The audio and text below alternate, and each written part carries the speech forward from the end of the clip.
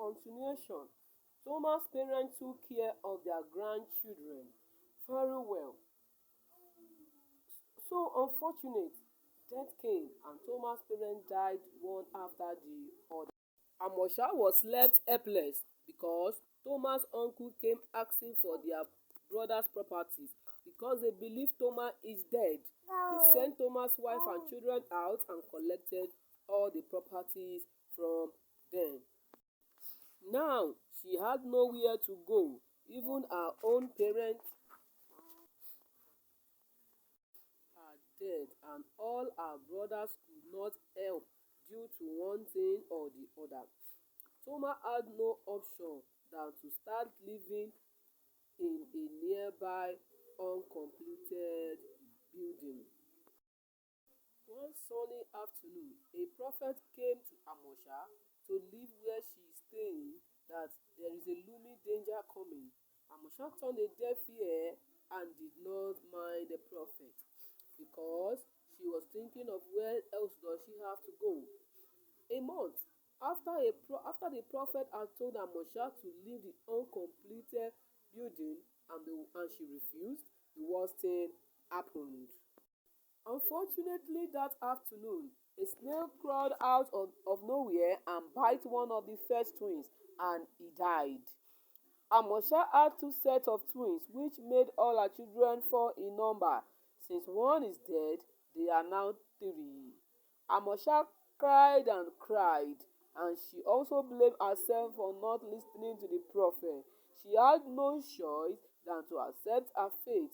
She had to move from the uncompleted building as fast as she can to save the lives of the remaining three children. Fortunately, Amosha moved to the city where she was able to secure a job in a clothing company. She was being paid some substantial amount as she continued to take care of her children, though it was not easy, but she was determined to do her best.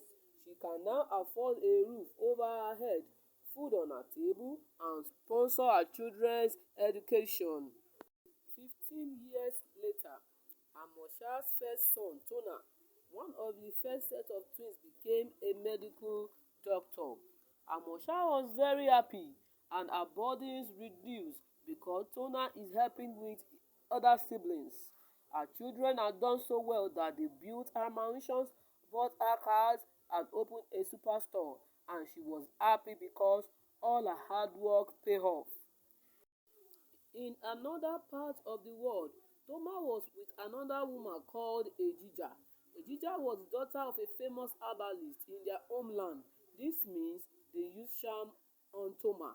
Since all these years, not to remember his parents and family, Toma had an accident on his way home to check his parents when the charm finally fell off and was brought to his son's hospital unknowingly to Toma and Tona. However, Amosha also came to the hospital to check her son on her way to a function in the community and saw her lost husband in her son's hospital.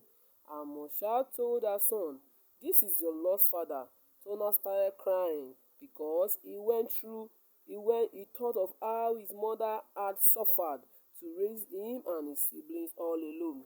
Toma fell on his knees to beg his wife and children for not being there for them. He then told them of his encounter, how he was charmed not to remember his parents and family. Amosha also told Toma how his parents had long died and how his father's brothers chased her out with children, how she lost one of the twins, and how everything came to be good. Toma fell on his knees to beg his wife and children. Amosha had no option than to forgive Toma, and so did the children. Toma was charmed so that his father's brothers could take his father's properties because he is the only surviving child. Amosha and her children forgive Toma and they live happily thereafter. To err is human, to forgive is divine.